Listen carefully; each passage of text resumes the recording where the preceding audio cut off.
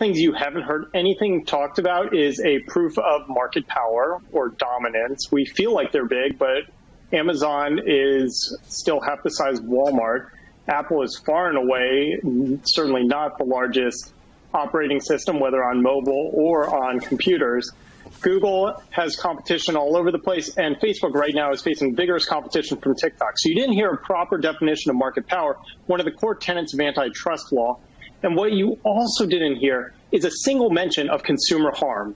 Now, you did hear Democrats complaining about protecting competitors, but you didn't hear any of them talking about protecting consumers who now enjoy free products and low-cost services and goods. Well, let me pick up on exactly that point, because if lawmakers crack down on big tech, does that benefit the consumer, do you think, Carl? Absolutely not. So one of the things that we found is small businesses are reaping incredible benefits from these large technology platforms. Think about the ability to advertise for fractions of a penny or $50. Historically, you had to rely on newspapers, radio, and TV, and most of those ads would just go out to people who just don't care about your product. Small businesses benefit, and if you broke them up, it would be harder for these small businesses to reach the customers they're trying to find. And at the same time, consumers would lose out. There's no way that YouTube could stand on its own without the revenue being generated by Google ads. Amazon Prime Video wouldn't even be a thing. And it's hard to imagine how you separate many of these other benefits that we enjoy because of the scale of these businesses. Well, Stacey, address that, because I could see you shaking your head there in part. Yeah, I mean, the reality is that we've seen a real collapse in small business. As these tech companies have grown their power, we have lost literally tens of thousands of small and mid-sized businesses across this country. And it's become much harder to start a business. The rate of new businesses forming every year is much lower than it used to be. And a big part of the reason for that is the power that these companies have.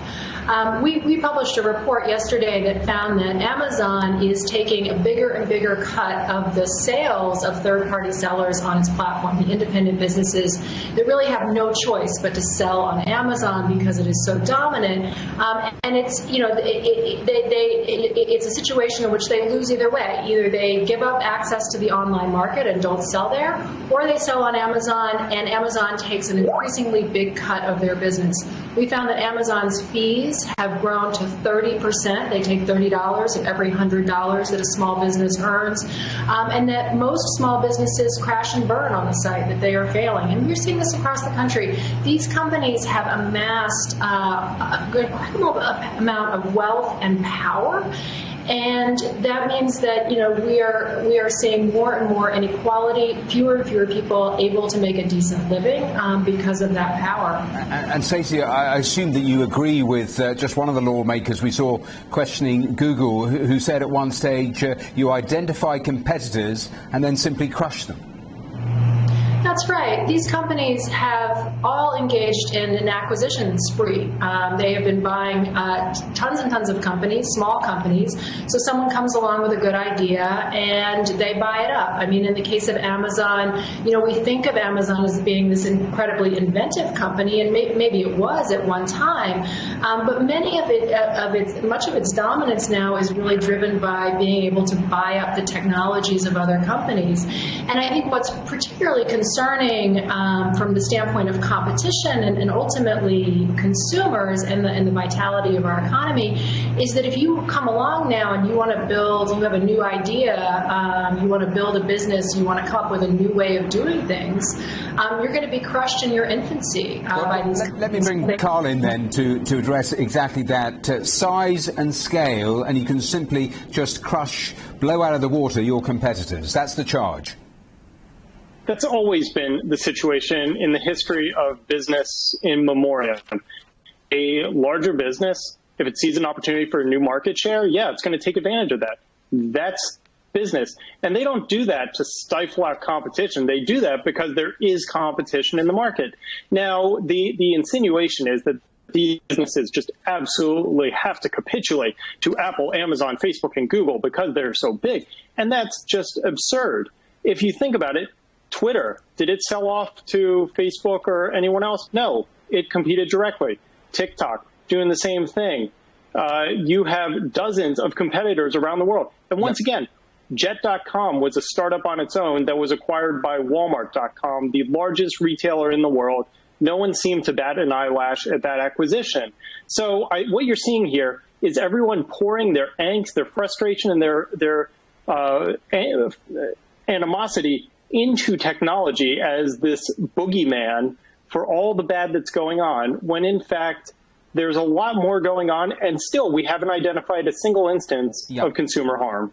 I haven't got a great deal of time left, and I want to get through a couple of questions, so brief answers to a couple of the thoughts, because Donald Trump tweeted a little earlier threatening to bring fairness to big tech with executive orders if Congress does not do it. I mean, one way or another, legislation is coming, isn't it?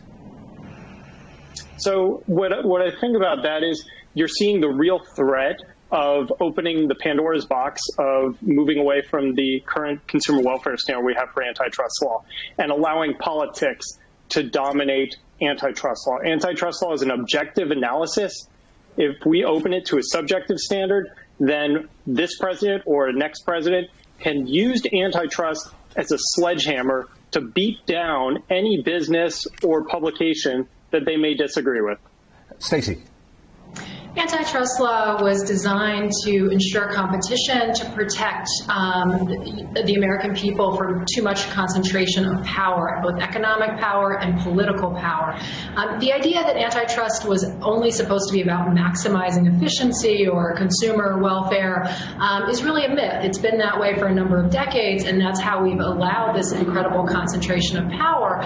But these laws are originally designed to protect us in all the ways that we interact in the marketplace, including our ability to be entrepreneurs, our ability to earn a living and get a fair wage, our ability to live in thriving communities, to have a thriving democracy. That's what our laws are. They're really about a kind of check and balance. Just like we have in government, we also have a check and balance on private power. These companies have too much of it, and this is really about who's in charge of our country going forward. All right, 20 seconds each to finish, because the chair said in his opening statement after the COVID-19 crisis, the Big Four will be even more powerful than before this pandemic. Do you agree with that basic assessment? Stacey, to you first. That's right. All of these companies have taken advantage of this moment to expand their market power. And in the case of small businesses, when the world has gone online, increasingly they have no way to reach people except through these powerful gatekeepers. So it has absolutely enhanced their power, and it's made this investigation all the more urgent. Carl, a quick final thought from you. Yeah, I think all online businesses have succeeded. You and I are speaking right now through Skype. We use Zoom, neither of which are owned by Apple, Google, Facebook, or Amazon. So you've seen an increase in the use of all technology. Whether Apple, Facebook, Google, and Amazon get bigger, yeah, that may be true, but so is all their competitors at the same time. Well, look, there we have to leave it. Carl Szabo and Stacey Mitchell, thanks so much.